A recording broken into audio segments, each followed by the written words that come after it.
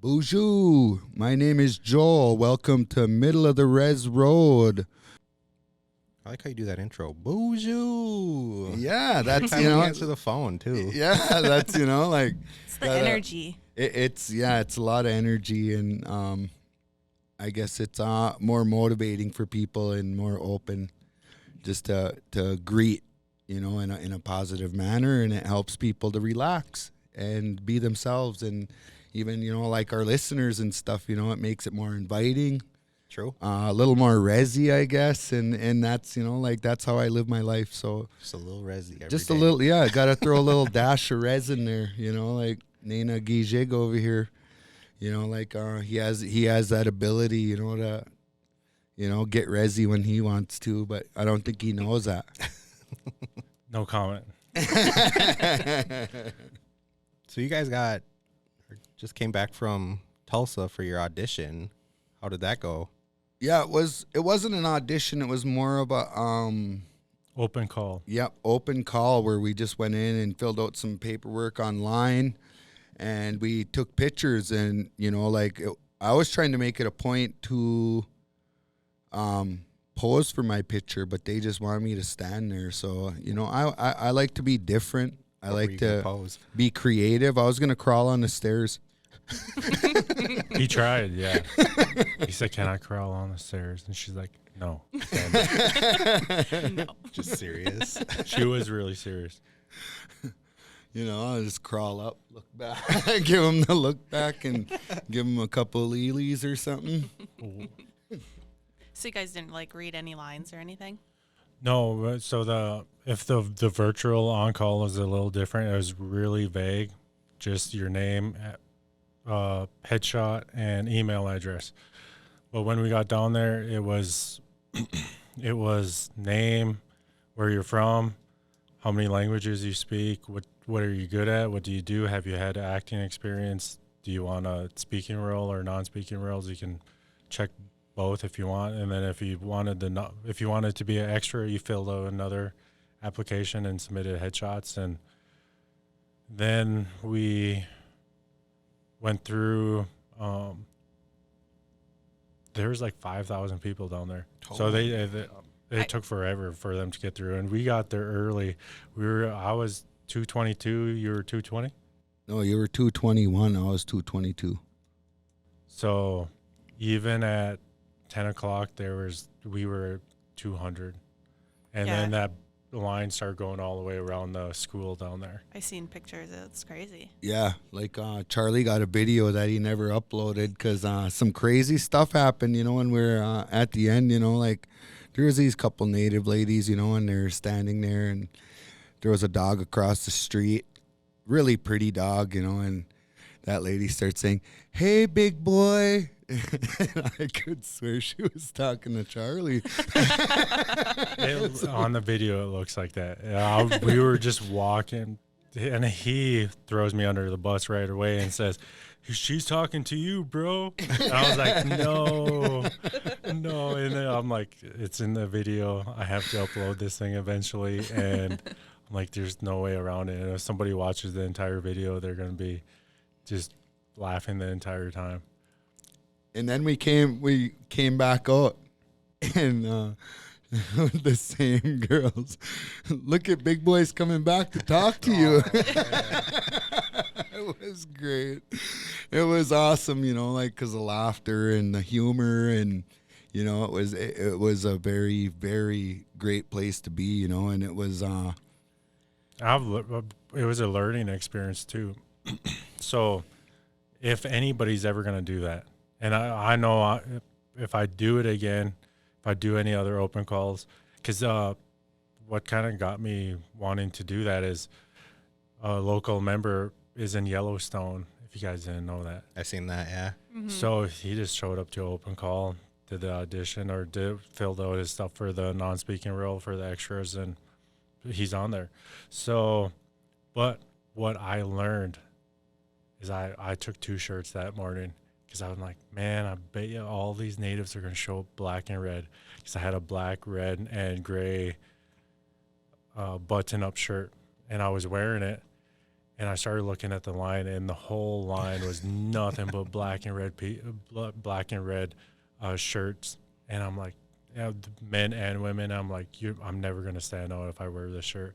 So I had a green shirt, and I think I was the only one that I seen the entire time I was there that was rocking a green shirt. And Joel showed up in a blue shirt. So we were completely different from what they were used to seeing the entire time we were there. You know, people tried different things, and it was interesting to see how people tried different things. Some people showed up in, like, if they just watched the old Billy Jack movie, dude had a feather, flat feather rim, too. yeah, The guy with the flat feather. rimmed hat, jean jacket, jeans on, and you know, the Leon, the professional Ray-Bans. Yeah, And so fresh then, and then some people were rocking traditional outfits, which was crazy. It was like 65 degrees already, and this dude, all leather, nothing but buckskin on. I was like, man, and It was 65 degrees. You know, it was nice. It was actually I'd be nice. so sweaty. Yeah. Yeah, like you picked a wrong regalia for how nice this weather is. But it was interesting. Everybody had their own way of trying to stand out, and I think the people that stand out, you know, probably have a better shot at being noticed. Is what I can honestly say, because if I've done events, I've done different things, and since I've been a professional, the first thing I've learned up at St. Scholastica is how to throw on an event. And so, you know, the people that look all the same, you know, you're not going to really notice them, especially like teaching. If I'm from teaching, watching students come in day in, day out, people that just blend in together, you know, you really don't notice unless if their work stands out or they stand out as a person.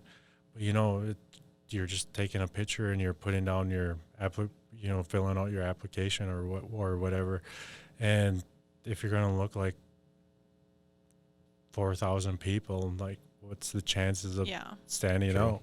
I bet you that stood out. Can I crawl on the stairs? Yeah, well, you know, I had to, you know, like try something a little different, you know. I mean, who doesn't have a look back picture, you know? Oh, look at this guy, he's crazy.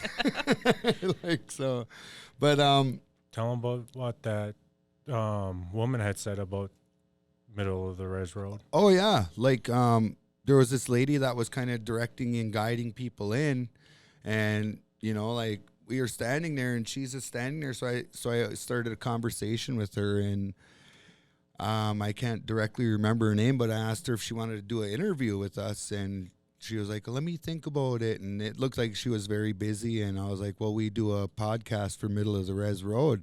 She was like, I heard about that.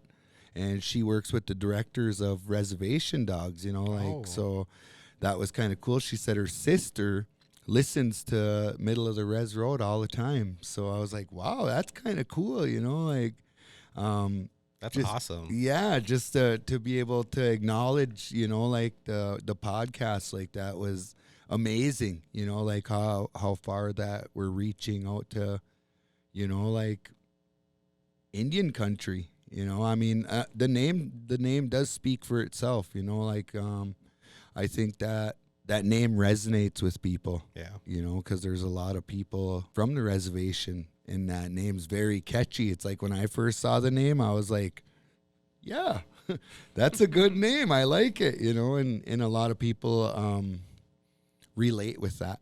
Even though they don't live on the reservation, or, you know, like I didn't grow up on the reservation, it's like everybody, you know, as Native people know exactly what that is, and you know, we carry that, you know, like even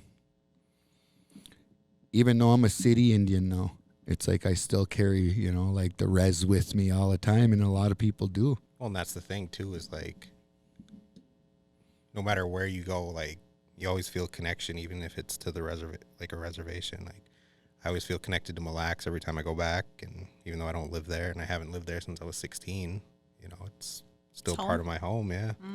Yep. Familiar. It's very familiar. And that's how I feel about every reservation. Like when we're driving down there to Oklahoma, we're passing these different reservations and it's like we're curious, you know, like I was very curious about it, you know, especially the The aunties. oh, maybe that too. Maybe that too, you know. What one was it that we crossed right in Oklahoma? Cherokee. Yeah, Cherokee. So I was like, you know, probably a lot of princesses down there, so I wouldn't mind checking it out. Should we take a stop? No, I hear that all the time too. My great grandma was a 1/16 Cherokee princess. Yeah, and you know, like when we drove by it, the land all looked the same, and I was like, you know, like I was like kind of curious, like let's go find where the res road is at, you know, like where's the res road on this reservation, because we were on like an interstate all the way down, so we didn't get to see much of it. But I was like, let's go drive through it one time and just, you know, just so we could take pictures and bring it back home. And I took a lot of pictures, but you know, I think it was more or less of the land and the green grass. You know, that was beautiful. You know, we got by a certain point on our drive, and all of a sudden the snow is gone and the grass turns green, and I'm like, what's going on here? You know, like, and it was only past Iowa. You know, like there's no snow down there, so it was a change in the climate. You know, and that nice weather, I started sneezing, you know, I was like allergies or something, you know, and it was a great time. But the story about, so after we got our audition done, we saw this lady out in front selling middle of our Reservation Dog shirts. So me and Charlie went and bought one, and as we were heading back to the car, you know, like some ladies by the car were like, Reservation Dog shirts? And I was like, yeah. I was like, when they select you for a part, do they give you a shirt? Hey, all these ladies, like 20 different accents. yeah, that's what they said. They all, hey, you know, like, so it was pretty funny. And it was actually kind of cool, you know, and they got that humor, and you know, it gave them a good laugh, you know, and kind of it was very familiar, like just to be around that many people and share that same type of humor. That's awesome. It sounds like you guys had a lot of fun, and seen some of the videos of you guys going live. And What would you guys rate the trip out of 10? That was 10 out of 10. It was like, for me, it felt reviving. Like, to see green grass. I didn't know how much I missed green grass until I seen it. The birds, we must have seen 200, 300 hawks on the way down. Eagles all over the place in Iowa. But for the majority of the trip, we just seen hawks almost the entire way down, entire way back. And it was amazing to see that many birds.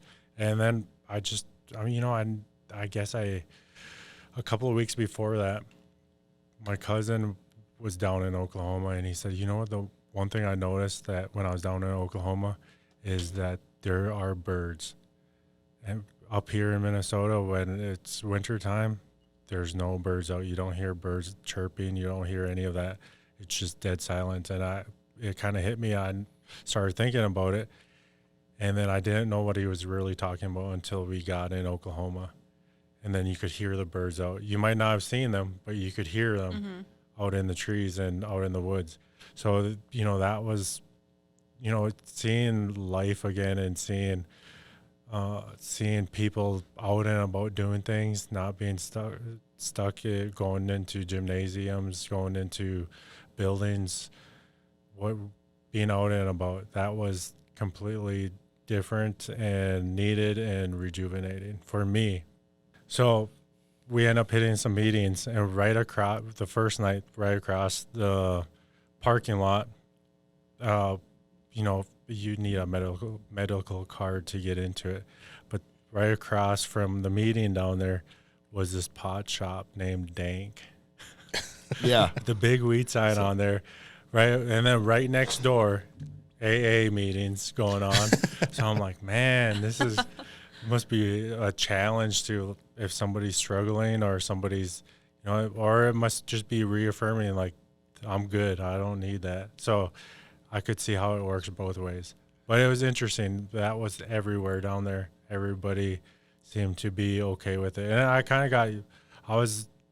I've been getting more and more used to that, it's going to be a thing here in Minnesota. And out in White Earth, it's decriminalized. So like everybody smokes. So I just had, when I walked in there, when I was in White Earth before this, about a month, 2 months before that, and I was walking around White Earth, and everybody was smoking. And finally, I asked, I'm like, "Why is everybody smoking here? Like, why is it so normal?" And they're like, "It's decriminalized."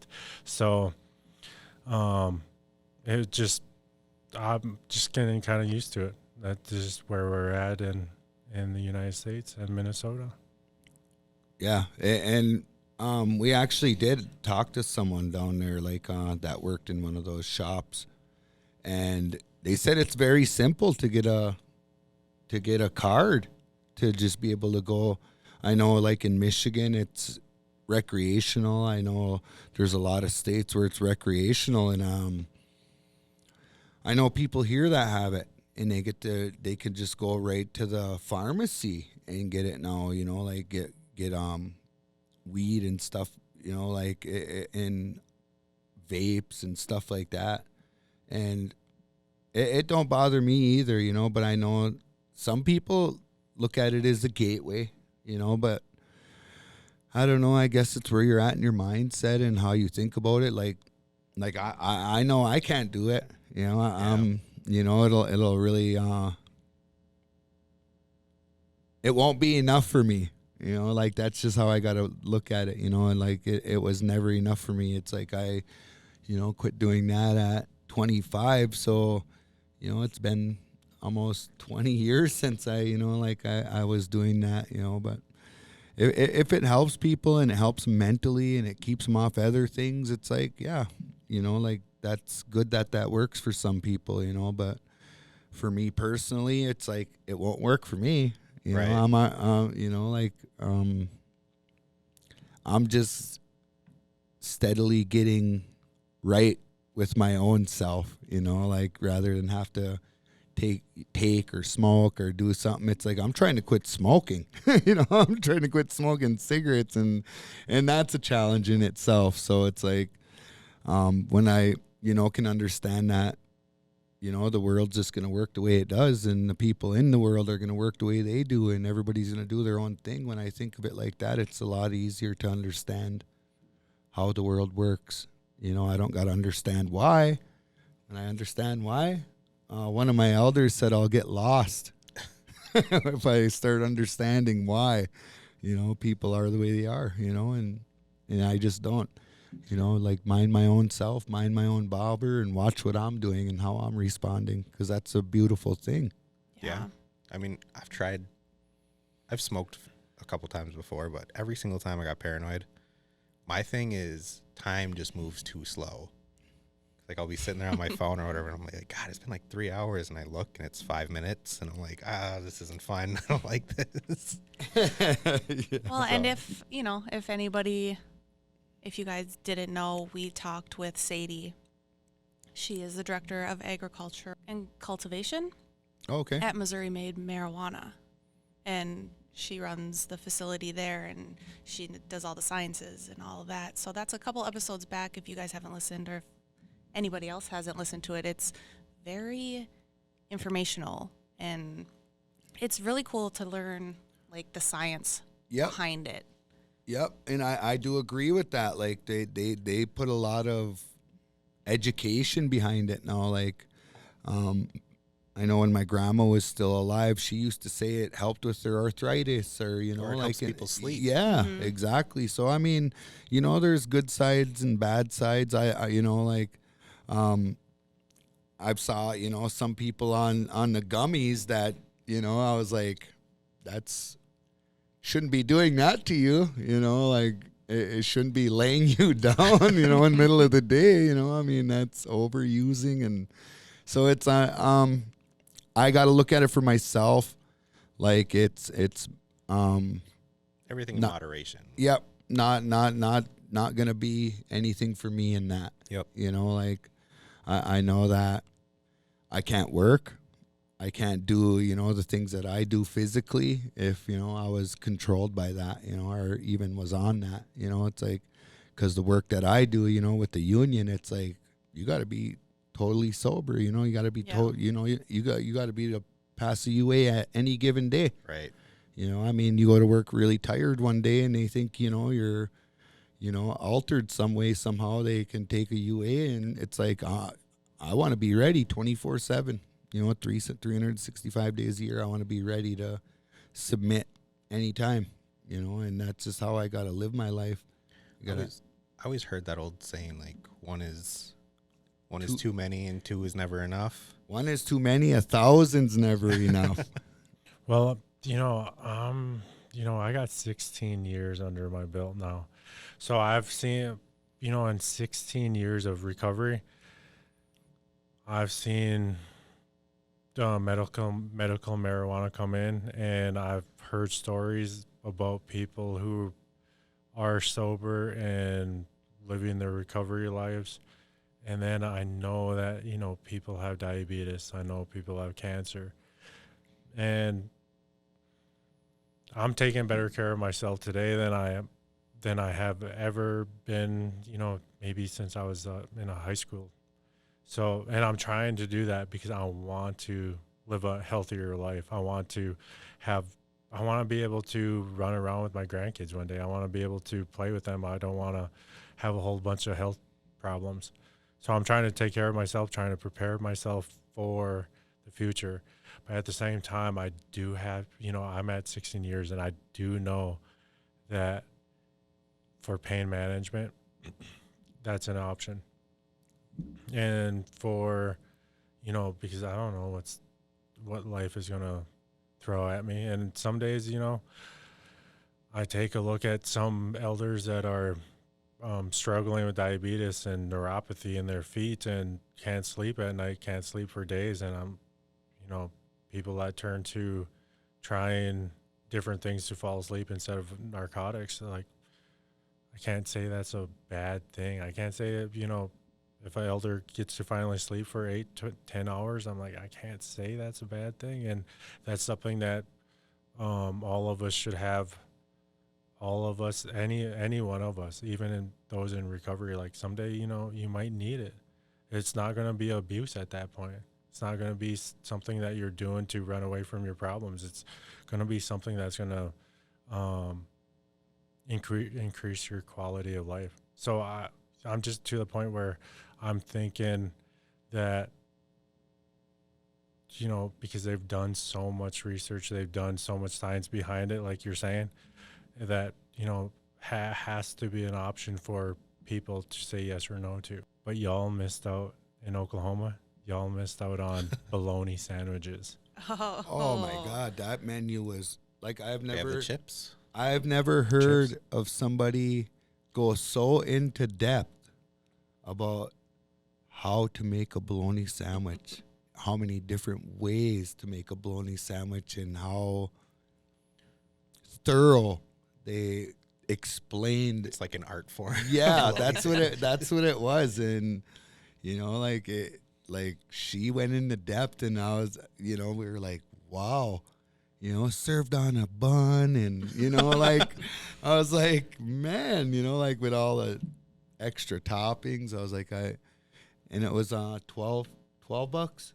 Yeah, $13 sandwich. $13 bologna sandwich. So I was like, better be fried, better be breaded, better be, you know, like that lot would have to go into a $13 bologna sandwich. And then everybody was texting me. Like, I posted the story on Facebook. Everybody started texting me saying, hey, you got to try it no matter what. And we already had left the restaurant by the time people started replying to me. But everybody that's been down to Oklahoma, may have lived in Oklahoma, they said, you got to try the bologna sandwiches. That's the spot?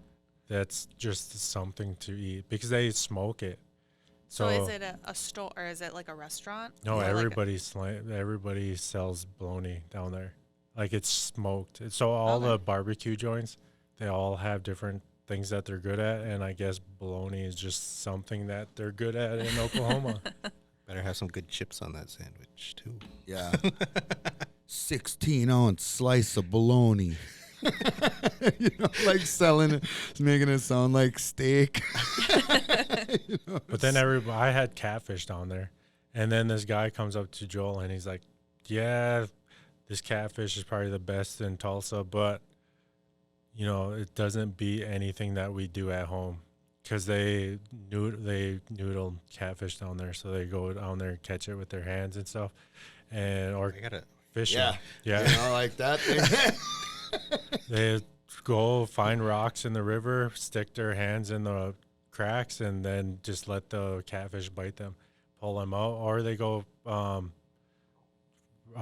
fishing for them. And so, but I guess like the best catfish that you can try are the locals that actually just do that for a living, that just go out there every week, catch catfish and do a fish fry. That's what Amanda was talking about. That we were trying to get interview on her too, and she's one of those traveling nurses, and she's one of the nurses that took care of my brother when he was in the hospital before he passed away, and that's where she's from.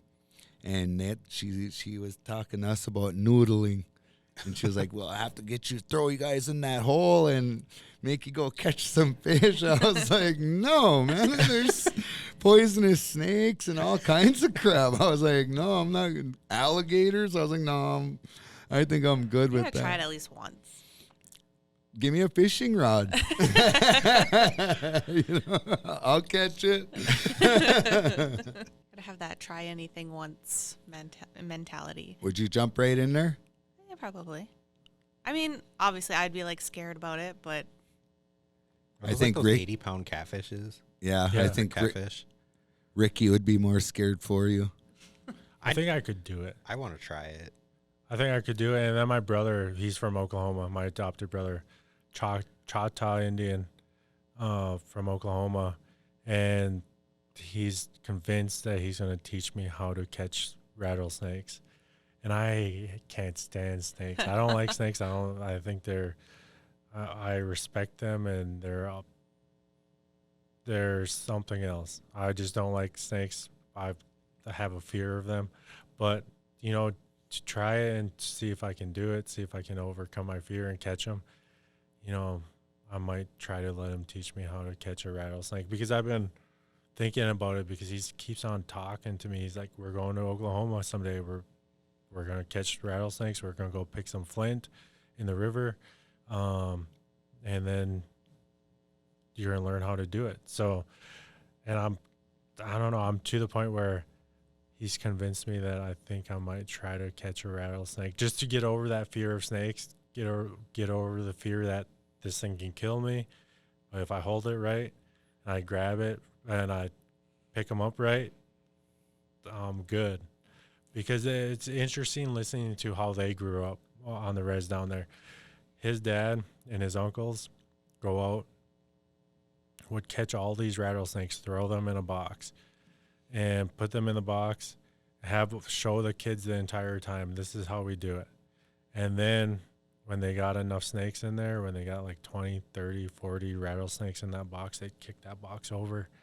All those snakes go slithering away. He's like, "All right, go catch those snakes again." And then all those kids would go catch them. And that's how they did it. And that's how they learned it. And, he's not afraid to pick up snakes. Any kind of snake he'll pick up. He's not afraid to pick up black widow spiders. He'll just hold them in his hand. And I'm like, man, I don't know if I could do all that. And then somebody had got him a sage wood, cracked that thing open, black widows everywhere in it. He picks up the big black widow that was in it, puts it in his hand, looks at it, goes outside in Lake Elmo and puts it outside. There's a bunch of black widows in Lake Elmo probably. And that's, that's got to be like a tension thing like he just has no tension, because I think, you know, like I think that stuff can respond to your tension, you know. Yeah. Like if you're shaking holding it, man, it's gonna bite you, you know. And if you're very calm and you're not scared of it, you know, I mean, I think your body puts out different, you know, like different vibes and stuff, you know. If you're very calm, you know, it probably relaxes whatever you're messing with, and you know, it knows you're not gonna hurt it. But if you're shaking, you know, like it's gonna bite you, because you know, like you're, I can feel your feelings. yeah, exactly. And that's what I think about that stuff. Like if you're not scared of it at all, or if, you know, like you've been bit by it, or even know people that been bit by it, know what it can do to you, and you're okay with that, then I could see losing that fear. But I think that kind of stuff could feel your fear.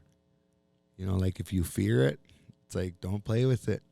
You know, like, but if you don't fear it, pick it up. You know, like I used to wonder how, you know, some people would just go pick up bumblebees and put them outside, you know, big ones too, you know, and that's what we got up here is, you know, bumblebees and stuff that stings. But I used to just be amazed by that, how some people could just do that, just pick them up. That thing stings you, man. That's a big stinger. Yeah. You know, like, but no, just go put it outside. And I was like, I would never do it. I would never do it, you know, like that's why that's admirable, you know, like to work with that poisonous stuff like that. I wouldn't do it. I just know as soon as I got a hold of it, I'd mess up. I would, you know, and it'd turn around and snap me, dude. I just know it would. Well, most of the time, I guess, and this is what has me convinced that I can do it. Even if you take a bite from a rattlesnake, says, you know, he's read about them. He's read about them, studied them, probably because he's been doing it for so long. But majority of the time, they're dry bites, because it's their defense. So if they do a wet bite, especially on a person, they're sizing up the animal. They're doing, and if it's a wet bite, they won't have any more defense for a while until their venom gets back in their veins, until they produce enough venom to do another wet bite. So majority of the time, I guess it's going to be a dry bite. And, you know, once in a while when you step on them, you might get a wet bite. So, and then people don't know this. I keep saying it. I educate people on this. The Mississauga rattlesnake, and it's named after, it's a Ojibwe name. It's Mississauga Egan, probably from Mille Lacs or Lake Superior. Just what the name in Ojibwe means is Great Lake. But the Mississauga rattlesnake, the range of it goes all the way into Canada, Ontario, lower Ontario. So from lower Ontario all the way down, there's Mississaugas. So, you know, between Iowa and Ontario, that's Minnesota, the whole place. So we were up moose hunting a couple of years ago, and I'm like, man, we should come back up here in the summertime, try to find some Mississaugas, see if I can. I just want to be able to take a picture. I got a picture of a Mississauga in Isabella, in Tofty, wherever, up in moose country. And he said, no, you know, the best time to go right now into these bluffs would be this time of year. I'm like, hell no, man. Let's do that next year. I'm good. Because he said if you get bit by a Mississauga, he said majority of the time, especially if you happen to find one in Minnesota, it's going to be a wet bite, because they're going to be too afraid of you. So if you run into a Mississauga in Minnesota, you know, he's thinking majority of the time it's going to be a wet bite. And the thing about that is that there's no anti-venom probably in Minnesota for a Mississauga. So hope that. Game over. Let's go play with one. No way, man. I would not even mess with it. Like some stuff is just not to be messed with. It, you know. And I'm a true believer of that, man. Like even like the moose. You know, like moose and stuff like that, it's like, no, man, I'll look at it from half a mile away. I'm good here, you know, like. But when you're in that path, you know, like even bears and moose and all the stuff we have up here, it's like that thing gets a hold of you, you know, just like the buffalo people over there trying to and pet the wild buffalo, you know, like what's going on there? Why are you doing that? You know, and then get your pants ripped off. Why did you go that? Why'd you go there? Not get Did you trampled see or that? anything. That lady's trying to pet the buffalo and whips her up in the air, rips her pants off, and runs with her pants. I watched it 50 times. That was like a big thing on social media about why you don't pet the buffaloes. There's so many people that get trampled by buffaloes in Yellowstone every year. It's crazy. Well, I saw this couple trying to have their kid pet a buffalo out the window, and that buffalo just bumps that kid. You know, like I was like, why would you let, you know, like there's Things just can get like as big as a truck too. there's just some stuff is just meant to be left alone. You know, you don't you know, like you don't taunt the beast, man. You taunt the beast, you know, like what's gonna happen, you know, like You're gonna get your pants ripped off. yeah, there you go. You know, like you're gonna lose fingers. I mean, you can break bones. You can do a lot of stuff by messing with stuff that you don't, you know, like ain't meant to be messed with. You know, but it'd be pretty cool. You know, just roll up to the powwow on your new buffalo. Just real indigenous. Yeah, first reservation dog right here. Second language speaker rides a buffalo. In all buckskin. The other thing I learned though too about the entire experience is it gave us he has knowledge of it now, I have knowledge of it now, and we can share that with people, what they're really looking for. Because just like reading a job description, you know what they're looking for, you know what they want. They did ask if you had any previous acting experience or musicals or singing, what traditional activities you know, what languages you know.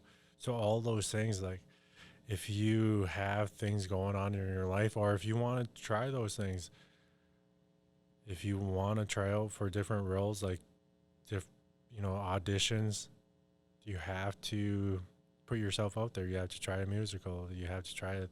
You should try try a play. Produce a short film. You know, we all have iPhones now. There's no reason why we can't make cool TikToks. So it reaffirmed some things in my head that, you know, it's okay to go on TikTok. It's okay to do super trendy things and to do your own thing. And people produce some crazy art things on TikTok that are 1 minute long, really nice shot, really well edited, and they're dope. And just reminds me that you should just keep trying whatever you're good at. Even learning, they even asked what instruments you know how to play. So I know how to play guitar. I know how to do bass guitar. I know how to do piano, drums, drumming, all of that. So the more you do, the better chances you have to get in a role. Right. Yeah, like, and that's how I believe in gifts. You know, like gifts that were granted with, you know, like since we were little, you know, like I was, you know, like Charlie's a gifted speaker, you know, gifted in all those different things, you know, and it's like I've been singing since I was 10, you know, like it's like, so I was always told, well, you'll know a lot of more language than you think you do, you know, and I, you know, like that really resonated with me, you know, I mean, at least 10 years ago, like, well, yeah, you sing a lot of songs, you know, like, and there's a lot of language in those songs. It may not always be Ojibwe, it may be Canadian, it may be, you know, it's all these different languages, but they're like, you're sing a lot of different languages through them, through the songs that you're singing. So it's like, and that made me feel gifted. like I was like, wow, I didn't even realize that, you know. And they're like, yeah, you know, you sing a lot of the language, and that made me feel good, you know. Like I was like, and when I really think about it, it's like, man, I know thousands of songs with words in them, and I can't translate them all for you, man. I could translate some of the Ojibwe ones just by the words that are in the songs, you know, but I couldn't translate like Sioux songs. I couldn't translate Yeah. like Canadian dialect songs, you know, but it's like I know them. I know how to say the words, and I know how to, but I wouldn't know how to speak it. Yeah. So it's like, you know, and that made me feel like gifted too, you know, like Charlie was just saying, that's, you know, like we as Indian people, you know, like we all carry different gifts. Some of us bead, some of us sing, some of us run ceremonies, some of us, you know, speak the language, some of us, you know, do Tanning hides, yep, making drums, yes, all that stuff that we do. Joel and I, we both got to put that on our applications, that we know how to make a drum. We know how to make hand drums. We know how to tan hides. We know how to learn how to make rattles. So I've learned how to do a whole bunch of things. So they asked in that one section at that it was a very bottom one, but having that question, I knew that they would read everything on there. It was at the bottom of the application. What traditional things do you know how to do? And which was really, it was nice that that question is on the bottom, because then they would have to read everything that you put in between your name and to the bottom, kind of reaffirming that, you know, all the things that we know as Ojibwe people or as Anishinaabe people or Indian people in general, that a show is actually pushing and reaffirming that all those things that we were taught are useful. Speaking of the traditional stuff, and like learning all that, aren't the big drums starting up soon? Some communities like LCO, they have drum ceremony 4 times a year. Every season they have a drum ceremony. If you're gonna go out, or if you should, we call in Ojibwe, we call that Nanda Bimada ZK. And Nanda Bimada ZK, in the language, that means literally seeking out life, making life, or searching for life. You're searching for life to put that back inside of you. So just like that trip, I felt rejuvenated, felt like I got to see life, all seeing that green grass, seeing those birds. That put something back inside of me. That's the same thing that our drum ceremonies do. So you go there with your tobacco, go there to the ceremonies. If you're going to the drum ceremony, have your tobacco. You don't really need anything else. If you're staying for the social, or you can always take like $40, $60, $80, $100, whatever you want. Break your 100 down to 20s. Get some 10s, get some 5s. A lot of ones. So if somebody's being seated, so what's being seated means when somebody gets placed on the drum, there's a ceremony that they do to seat somebody down on the drum. What the community does, what those drum members first do, the drum members go first in everything. Putting tobacco in the tobacco dish, drum members go first. So if you get to the ceremony early, make sure the drum members get to go up there, get to go up there first. You don't just cut ahead of the drum members. Some of those people that belong to those drums, they feel funny when people just come in there and they put their tobacco in the dish and they make their offerings without knowing that drum members do that first. Yeah. So drum members on everything first, except for eating. The visitors get to go first then. So if you get to go there for dinner, they're going to seat the visitors first. So getting back to when somebody gets seated on a drum, what they do, the drum members go up and they gift that person whatever, blankets, tobacco, and money. And then everybody else, all the visitors, everyone that belongs to that community, everybody that came to the ceremony, gift them some, usually cash. I usually like dropping $5 or $10 on those people, on their blankets, because it's a lot of responsibility. They should show up there to their drum ceremony, all their meetings, help out whenever they get asked to help. they're taking on that role to sit on that drum for life. Yep. So I kind of, every time I go up there, and I've had really good teachers. Like this past fall, I got to roll around Ojibwe country with Obizon. We went everywhere. We went to LCO. We went to Wisconsin. We went all over Mille Lacs. All over Minnesota. It's a one of a kind of education, and I get to do it again starting next weekend. Get to go to Bad River with him, so I get a different type of education. He's a drum owner, as they say. He takes care of the drum that he sits on, and I get to hear things that a lot of people don't get to hear, and I'm really grateful for that. And I'm grateful for the opportunity. So I get to learn all this stuff. So the drum members get to go first on everything, just to let the drum members do their thing. Have your tobacco, and then during the ceremony, I feel like if you're gonna go, it's cool to go to the social dance. You'll get some life from it. Hopefully you get some gifts from there, and they'll do you good, and they'll do your life good, and you'll feel good about getting a blanket or some money from those social dances, or if you're a woman, you'll get some cloth or whatever. Sure.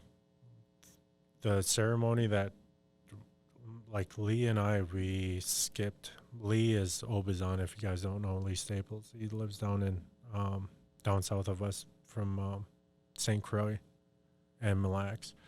But what we do is we take what we were doing last fall is we would take the entire ceremony. We'd skip almost every single social dance. And in LCO, they don't do social dances. It's just ceremony from Friday till Sunday evening. So I feel like if somebody's going to go to the ceremony, go to the ceremonial part. Ceremonial part of the drum ceremony. So you can put your tobacco down, because when you offer your tobacco, you can put your tobacco down for your kids, for your family members, for anyone who's struggling, anyone who's sick, anyone that you're thinking about, for yourself, for your work, and it's just a good thing to do. And then what happens is they take everybody's tobacco, they fill their pipe up, and they'll smoke it. And your tobacco gets sent out there. And then when they're doing the bundles, you get to go up there, make an offering again. And then you can put some money in those bundles for those drum chiefs that are going to be taking those bundles back to their respected drums. Anyone that takes care of a drum that's in attendance, they'll make bundles for them. And what you're doing is, when you put your tobacco in there, the way it's been explained to me, what you're doing in there, you're making an offering, your tobacco and your money. What you're doing is you're sending your tobacco for all your relatives, anyone you're thinking about, anyone that you're putting tobacco in there to be taken care of. You send it back to those communities, to those drums to use, and you get even more help. So your help just keeps multiplying and multiplying and multiplying. And I really believe in it. It's a really powerful ceremony. It's one of the most powerful ceremonies that I think we have as Ojibwe people, and everybody should take advantage of it. I mean, if you're struggling with depression, if you're struggling with anxiety, if you know people who are struggling, ask for help. So when I go to those ceremonies, one thing I was doing by the end of last fall, is I started asking Obizon, and I started asking other attendees, what do you put your tobacco out for? And some people looked at me strange, like, I don't know. I wanted to know. Like, what do people do that I don't do? I forced my own learning. I wanted to ask questions. I know what I put my tobacco out for. I know what's been explained to me, like kids, my family members. I never put tobacco out for myself ever at these ceremonies. And so one day I asked Lee, I'm like, man, Lee, what was on? What do you put your tobacco out for? He said, obviously my relatives, the ones I care about, then myself, and then my work. And I'm like, mind blown. I'm like, this old man just told me to make sure you put tobacco out for myself. Like, I never thought about it. I always thought, like, that's a selfish thing to do. And the way I seen it is, you got to pray for yourself. You got to make sure that you ask for help so you can continue doing what you're doing, helping others, taking care of yourself so you can take care of others, take care of your kids, take care of your loved ones. And I'm like, mind blown. It changed my whole perspective. And I asked a good friend of mine, I said, hey, what do you put your tobacco out for? She said, anyone I'm struggling with that I work with. If I don't like them, I put tobacco in that dish for them. I was like, mind blown again. I'm like, man, because I work in a tribal organization, and there's some people I just don't like. There's some people that I don't get along with. And even outside of work, there's some people I don't get along with, some people that don't like me that I don't like. So I put tobacco out for them now too. And I'm like, man, it just, there's no stupid question that you can ask during ceremony. If you got a question, ask. God, I always feel like there are, though. Always No, like afraid to ask questions. So one thing that helped me get over that fear where I can ask a stupid question is when I'm working with the elder, especially learning how to speak Ojibwe, I'll purposely say something wrong to get them to correct me. They might think I am a bad Ojibwe speaker half the time, but if I'm trying to get a word out of them, the way they would say something, I'll say it completely wrong. I know I mess up how we say conjugating.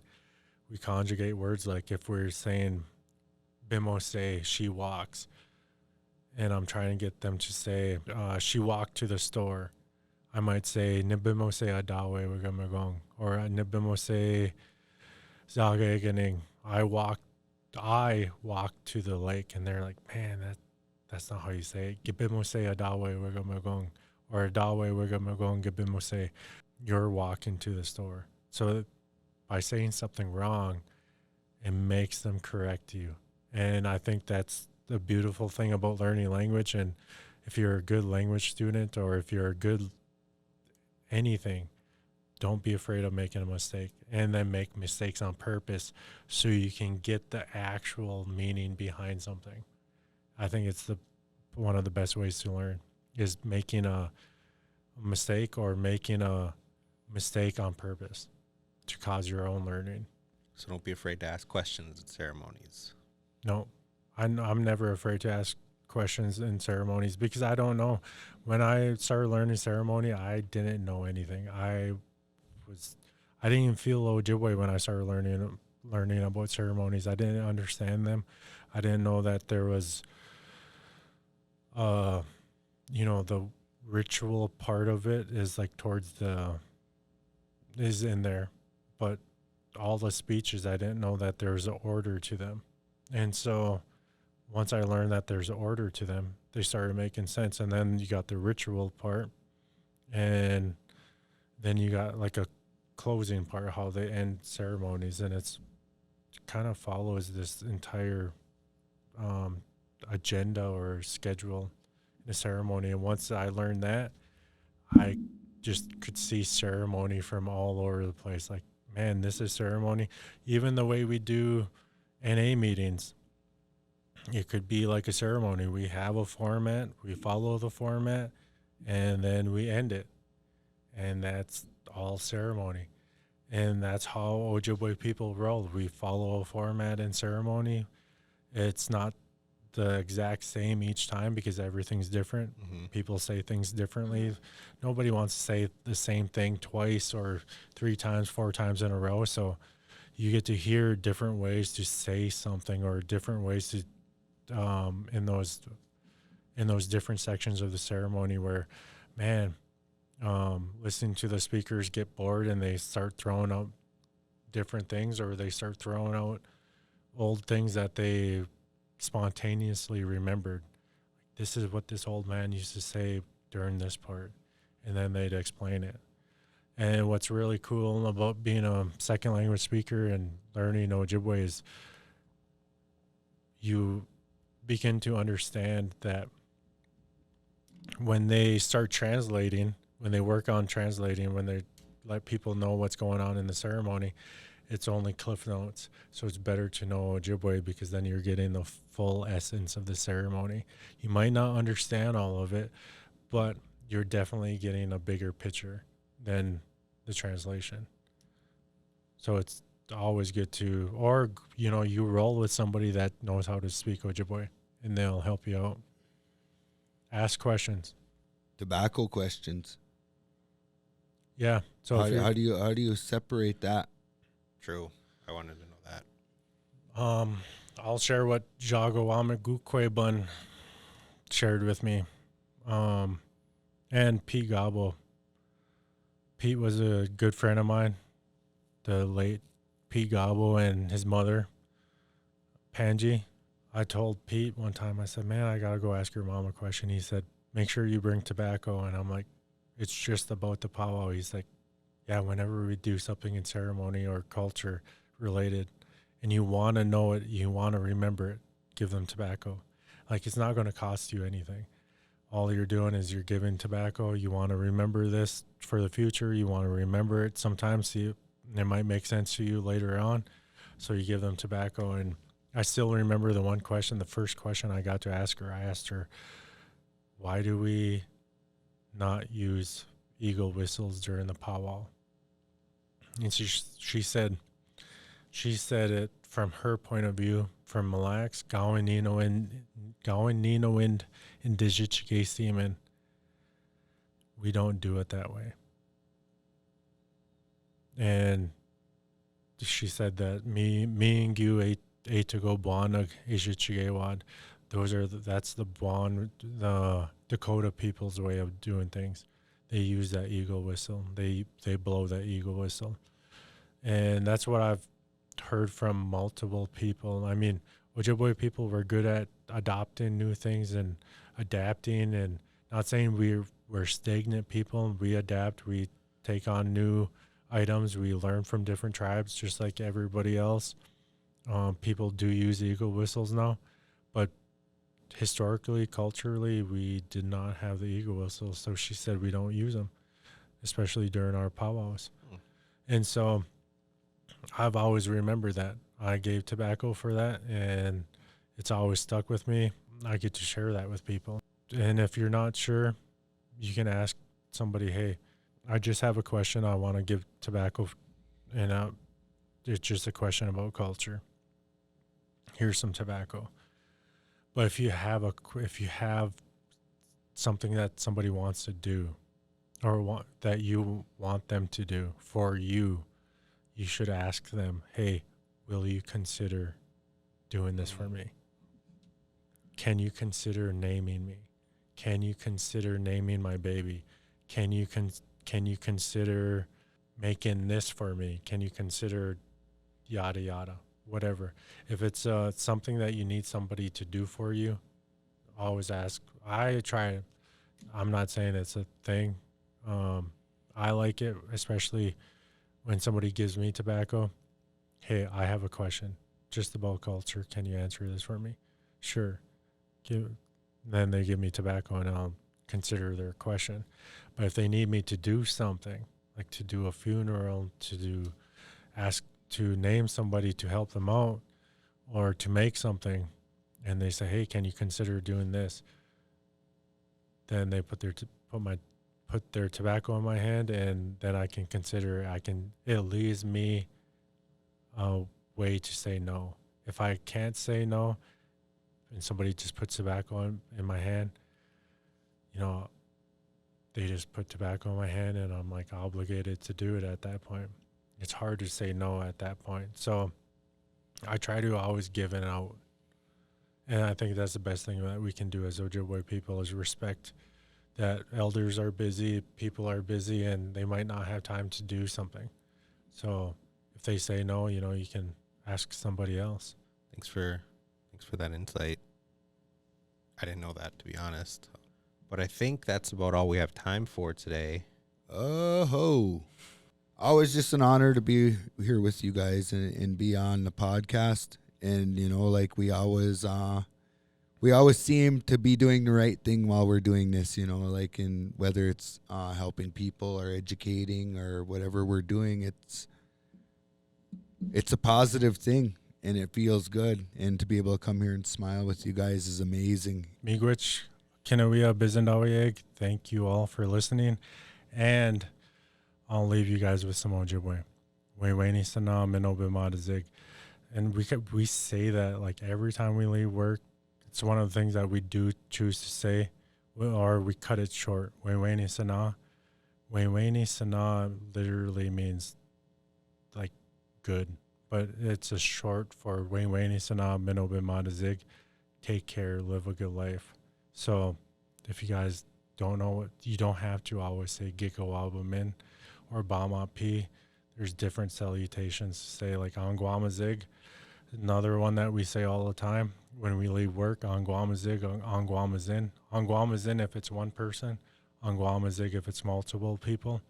Angwamazin is another way to end something is it means think of everything you do or say. And I love that one. I do that one with my kids. I do that when I was a teacher. I would say that to my students all the time. If I'm working with people, I say that all the time to people. It's just a good thing to say to people when you're parting ways. Think of everything you do or say. I like what I get most out of that, and what I would when I was a teacher, is that if I tell my students, think of everything you do or say, at least they thought about it before they got in trouble, or they said something with an intention, they did something with intentional. And if there's consequences, there's consequences. At least, you know, they thought about it, they considered, they did it anyways. But to be intentional, I think, is a very Ojibwe thing to be. So, Angwamazig. Angwamazig? Yep. It's going to make me think all day now. Yeah. There you go. All right, guys. We'll see you next week. Oh. I hope.